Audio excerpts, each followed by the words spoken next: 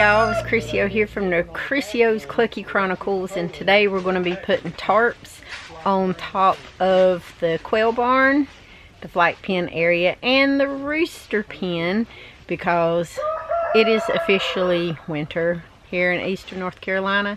I don't know if we're going to get rain, sleet, snow, nobody knows. But anyway, thanks for joining, thanks for watching. Just going to show you what we're doing. Now we got stuff up there on top of the flight pen, but I'll show you that in just a little bit. Getting the ladders and stuff ready. And the quails, they just simply don't care. Let's go check in on the ducks. There's always a lot of commotion going on out here in the chicken yard when we're doing stuff. And these babies always get very jealous because we're not doing anything to their stuff. Now the reason why we don't have anything on the front part of the duck pen is it doesn't really matter. They stay constantly, consistently muddy.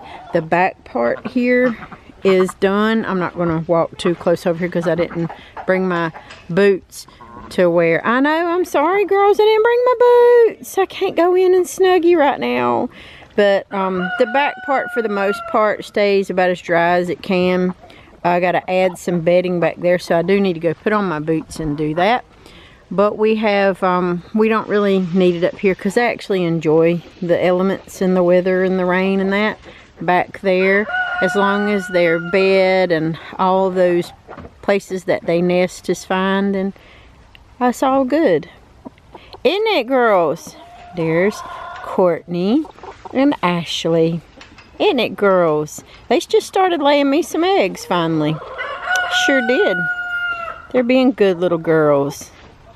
Sure are. Anyway, let's move on and go look around in the barn and see what the big girls is up to. Hey, Nanaroo. Hey, Nanny. Hey buddy. So, we're just checking in on the babies to see how everybody's doing. Ludie Bella's not very smart to do that. Vader or Gaston could come along and, yeah, well, you'd have a sore noggin or no noggin. So, anyway, she's not going to listen to me. So, anyway, they're just out here and they know that things are happening and stuff's going on into other pens because they have seen people out there working on the rooster pen out there. So, they've got all that stuff going. You can see the tarp if I can walk through. Hey, can y'all like not do that? Y'all need to stop being ugly. Santa Claus just came to visit. I'll take it all back. And they're all mad because he's moving the feed and moving the feeders and stuff in there. So they're all screaming because they don't they don't want anything done. Hey girls, please. If you have chickens, you guys know it's hard to walk with these rascals here, and especially roos. They get all up under your feet and then you're like, oh no. Anyway, so they are they're right here and they're cleaning and just moving all their stuff. Their water bucket's fine where it is. They've got to move the scratch grains that are right there. They got to move the scratch grains over there so it doesn't get wet because that's obviously going to kind of get wet where it is and a little moldy. And they're just all in a flustery state of crazy right now. But it's okay. Now, oh, every time I turn there's like 50 chickens at my feet. I don't even have 50, but you know what I mean. Feels like it. So, there's no tarp over this structure. I don't need a tarp over that structure because this is our grass pad where we seed and reseed, and I haven't done any of that yet because I haven't had time. 'Tis the season for crazy holiday mess, and I have not had a lick of time to myself. Y'all just got that in stereo. Hey, girl, please. Those are my shoelaces. Thank you. But they think I'm going to pick them up and walk around and hold them, and I might, but not right now. I'm just trying to maneuver through the yard. So let's go in the barn and see if we've got anything to collect, okay? Let's do that. So I think they've pretty much egged what they're going to egg today, but I'm still going to take a peek in, look and see because today is cleaning day.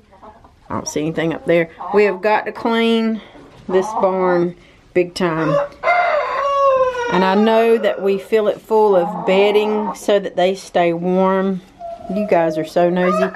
But still, you know, there's not egging as much because it's cold. And we got to keep this thing clean. Add more thick bedding back to it and roll on. Ain't that right? Ain't that right, Swirly Temple? Yes, it is. So they're working on the tarps and putting, there was already a tarp over the back, which you guys saw when we put these things up. So we're just trying to cover any areas that are missed right now. Any, you know, areas that are kind of short. Like over here on this side that's kind of short. We're just going to move the food and the other things right here on this side so it stays good and covered and we don't have to worry about it so much, especially for the winter time, because here we can get rain, we can get sleet, we can get snow, we can get whatever here where we're at, so you don't ever know. But anyway, so far it's tied down for the angry root pen. Well, this one decided he wanted to be an MMA chicken fighter today, which we cannot have. So we pick him up, we give him petties and huggies and rubbies, even though we shouldn't because he's being very naughty. Very naughty. Yes, you are. So we're going to walk around with him and just make him do a little bit of chicken timeout. You just need a break. That's what it is, Carolyn. Look at your eyebrows. Maybe that's what's wrong with you. Maybe it's your eyebrows. Is it your eyebrows? We know it's not your name. You like your name. Even though it's a girl's name, whatever. But yep, he's in chicken timeout for being so rude. No biting and no being ugly. He can't help it, y'all. It's in his dunna. It's in his dunna. So, we brought him out here on the jumpaline to give him a little bit of a break. He's sitting over here in the leaves with my oldest one here. And Gaston wants to get up here too, my little pitty, but we're not going to let him because Gaston loves to play with everybody. And anyway, Carolyn's not in the mood right now. He's just an angry Roo, and we're just trying to help him out, calm him down a little bit, so quit kicking everybody. So once we get everything done inside of the rooster pen, he can go back in there and act like he's got some kind of, maybe some good rooster sense, but I doubt it. He's just gonna go right back to doing his thing. But for right now, he's chill. Look at that, ain't that cool? We gotta get all these leaves off of here. Anyway, thanks, Carolyn, for giving me a good laugh. Freezing cold outside. I did have to come out and check on the babies again. It is like, I don't know, 19 or 20 degrees out here.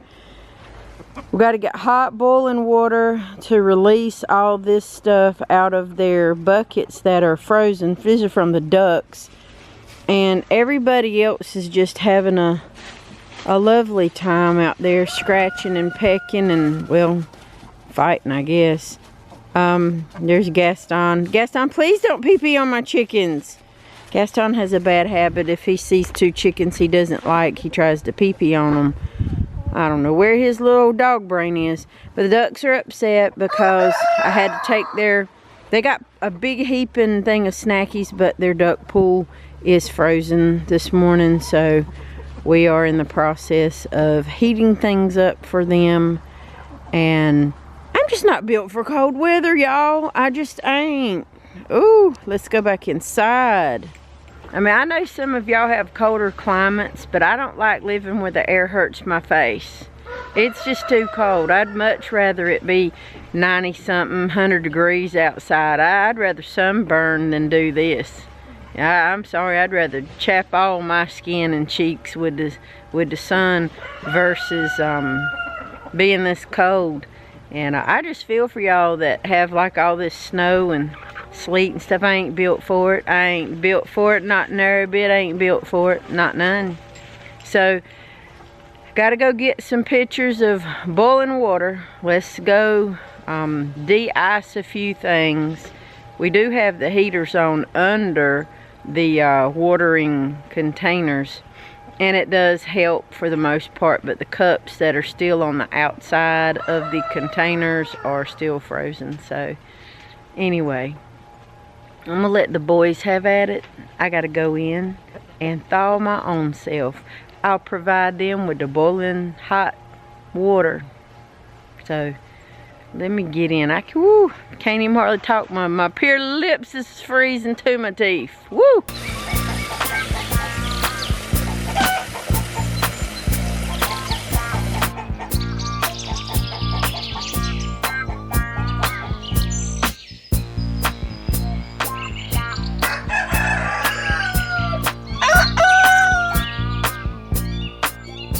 I don't know about y'all, but we always have Christmas boxes and things that we have to burn and things that we burn just because, you know, we have a burn barrel and that's just what we do. And goes in there and we just get rid of stuff that way. You know, some things I can't repurpose and reuse, and sometimes I get too much of one thing. The only thing to do is just put it in the burn barrel and burn it. Alright y'all, so in the middle of all of this crazy wildness that's happened, and I've showed you a lot of stuff over the past 2 days, because that's what happens during holidays and Christmas season when you're in a rush trying to get things done before company and people and all kinds of stuff come over. Today, I'm adding in a little bit of caramel sauce making, okay? It's gonna be real fast, real fast. Anyway, we're going to get a few ingredients things here together, and we're going to do a little bit of caramel sauce added in between all this other stuff that we're doing. So just enjoy this holiday chaos video. That's what it is. Christmas chaos video. That's just how it goes. Merry Christmas, by the way. So we're starting the sterilization process again. I've got some super hot soapy water here, and I'm going to scrub out and wash out each individual jar. These are just the little ball pint jars. They're not super huge, but they're just large enough for me to do jams and jellies, and like for today we're going to do caramel sauce. So that's what we're working on today, that I'm going to give as gifts. And I'll also keep some caramel sauce for us in the fridge, because we like to eat it with fruit and things like that. So let's get to working, and I got other dishes I got to wash. So let's get all this stuff rolling and boiling, literally. Kind of hard to see in here, but I have my little pint jars boiling away, which is nice because that's what I want. I want them to boil. I'm going to sterilize them. We're going to take them out using our little jar grips here, and we'll put them on this towel and let them drain and air dry upside down so that they remain clean and sterile and nothing gets inside.